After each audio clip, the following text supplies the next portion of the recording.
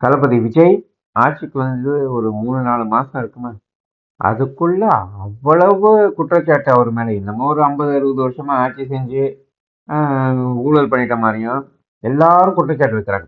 இந்த குற்றச்சாட்டு வைக்கிறாங்கல்ல, அவங்கலாம் எத்தன வருஷம் ஆட்சியில இருந்தாங்கன்னு ஒரு கணக்கு ஒண்ணு போட்டு பாருங்க. ஆட்சியில இருக்கும்போது என்னென்ன ஊழல் பண்ணியிருக்காங்க. எனக்கு ஒரு சிறிய சந்தேகம். இதுக்கு முன்னாடி ஆட்சியில இருந்தாங்கல்ல, அவங்க பண்ண ஊழல்லாம் எங்க? அதெல்லாம் என்ன ஆச்சு? அ அதெல்லாம் மறந்துட்டு, என்னமோ தளபதி விஜய் தான் வந்து 50 வருஷமா ஆண்டு ஊழல் பண்ண மாரியும், இவங்கெல்லாம் வந்து ரொம்ப நல்லவங்க மாரியில பேசிட்டு இருக்காங்க. ரொம்ப விசித்திரமா இருக்குண்ணே. இந்த உலகத்துல நம்ம தப்பு செஞ்சாலும், அத ப வேற ஒருத்தர் மேல அட்டென்ஷன திருப்பிவிட்டா, அது தப்பு தப்பு இல்லன்னு ஆயிருமோ? ரொம்ப சிந்திக்கக்கூடிய விஷயம்.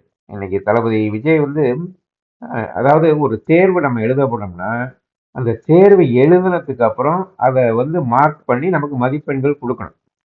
அரசியல்ல தேர்தல்ல ஜெயிச்சோம்னா 5 வருஷம் தேர்வு எழுதணும். நம்ம இப்பதான் 3, 4 மாசம் ஆயிருக்கு. அதுக்குள்ள நீங்க ரிசல்ட்ட கொண்டான்னு நாங்க எங்க போறது? கொஞ்சம் குடுங்க. பொதுமக்கள் உண்மையிலேயே தளபதி விஜய் மேல ரொம்ப சந்தோஷமா இருக்காங்க. நீங்க வேணா இப்ப போய் கவர்ன்மெண்ட் ஆஃபீஸ்க்குலாம் போங்க. பயப்படுறாய்ங்க. லஞ்சம் வாங்குறதுக்கு. பயப்படுறாங்க.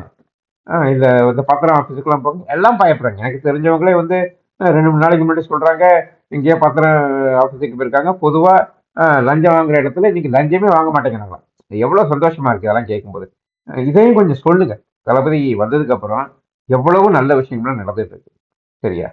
அ தளபதி விஜய் அவர்களே, நீங்க முன்னேறி முன்னேறி போங்க. உங்க பின்னாடி தமிழ்நாட்டு மக்களும் இளைஞர்கள் இருக்கோம். நாங்க உங்கள நம்பி ஓட்டு போட்டிருக்கோம். எங்களுக்கு நீங்க உண்மையா இருக்கீங்க. அதுவே எங்களுக்கு ரொம்ப போதும் தளபதி. ரொம்ப சந்தோஷம். அடுத்த ஆட்சியும் தாவேக்கா ஆட்சி தான்.